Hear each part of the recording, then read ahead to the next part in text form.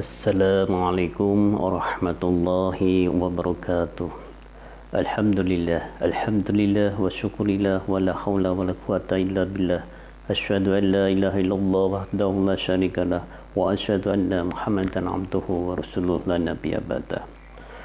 Wallahu ta'ala fi kitabihil karim. A'udzu billahi minasyaitonir rajim. Bismillahirrahmanirrahim.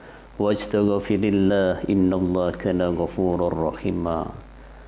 Dan mohonlah ampun kepada Allah, sesungguhnya Allah Maha Pengampun lagi Maha Penyayang. Hadirin jamaah Masjid An-Namirah rahimakumullah. Pada kesempatan yang baik ini, di bulan yang diistimewakan oleh Allah Subhanahu wa taala ini, kita patut bersyukur bahwasanya kita dapat menjumpai bulan Ramadan di tahun 1443 Hijriah ini. Ramadan memiliki sejumlah keutamaan yang tidak dimiliki oleh bulan-bulan pada umumnya. Oleh sebab itu, janganlah sampai kita masih diberikan nikmat umur panjang dan kesehatan untuk berjumpa bulan idaman ini, namun kita hanya akan menyanyiakan begitu saja segala fadilah yang terdapat di dalamnya. Hadirin jamaah rahimakumullah. Rasulullah sallallahu alaihi wasallam bersabda, "Awalu masri Ramadan rahmah wa asatuhu maghfirah wa akhirahu itqu minan nar." Rasulullah sallallahu alaihi wasallam bersabda, awal bulan Ramadan adalah bulan yang penuh dengan rahmat.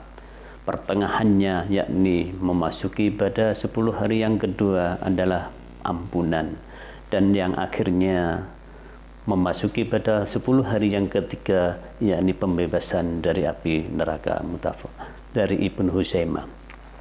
Hadirin jamaah rahimakumullah, sebagaimana yang kami sampaikan di atas ayat-ayat Allah Subhanahu wa taala, bahwasanya kita selalu mohon ampun kepada Allah. Allah pun akan memberikan pengampunan kepada kita karena kasih sayangnya.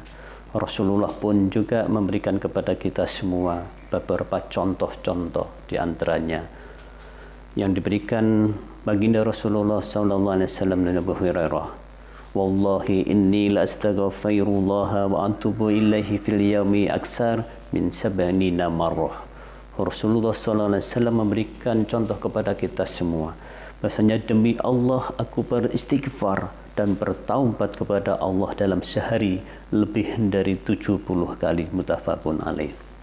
Hadirin jamaah rahimakumullah, Rasulullah SAW yang telah dijamin oleh Allah Subhanahu wa taala seorang nabi dan rasul maksum, yakni terbebas dari dosa, ini masih beristighfar kepada Allah Subhanahu wa taala minimal dalam sehari 70 kali. Bagaimana dengan kita semua hadirin jamaah rahimakumullah? Ada beberapa istighfar yang contohkan oleh baginda Rasulullah SAW juga, di mana keistimewaan yang paling utama yang dibaca oleh baginda Rasulullah dalam memohon ampun kepada Allah Subhanahu wa taala. Salah satunya adalah Allahumma anta rabbi la ilaha illa anta khalaqtani wa ana abduka wa ana ala ahdika wa wa'dika mastata'tu a'udzu bika min syarri ma sana'tu abu'u bi ni'matika wa abu'u bi dzambi faghfirli innahu la yaghfiru dzunuba illa anta. Ya Allah, Engkaulah Rabbku, tiada sesembahan selain Engkau, Engkaulah penciptaku dan aku adalah hamba-Mu.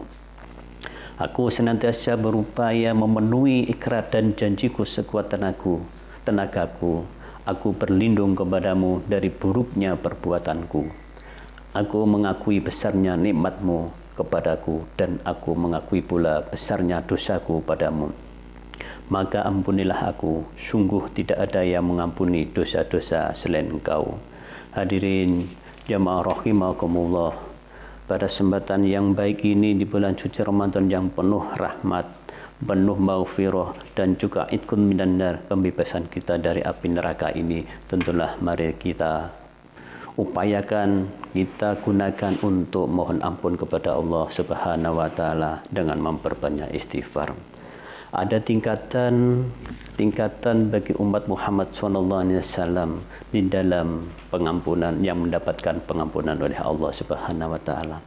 Allah Subhanahu wa taala memperlakukan umat Muhammad dalam 3 tingkatan. Kelompok yang dimaafkan yakni adalah ahlul afwi.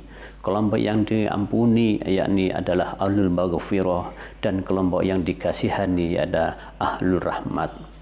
Allah Subhanahu wa taala membagi 3 tingkatan ini. Yang pertama adalah ahlul afwi, mereka yang masuk ke surga tanpa diadili, yakni kelompok ini dipimpin oleh Sayyidina Abu Bakar As-Siddiq. Kelompok yang kedua adalah ahlul maghfirah. Ahlul maghfirah ini adalah mereka yang memiliki dosa dan belum sempat bertobat sebelum mati. Mereka menerima catatan amal mereka dengan tangan kanan. Tiba-tiba diterpa sebuah cahaya sehingga wajah mereka menjadi putih. Mereka membaca kitab dan mendapatkan banyak dosa tertulis di dalamnya.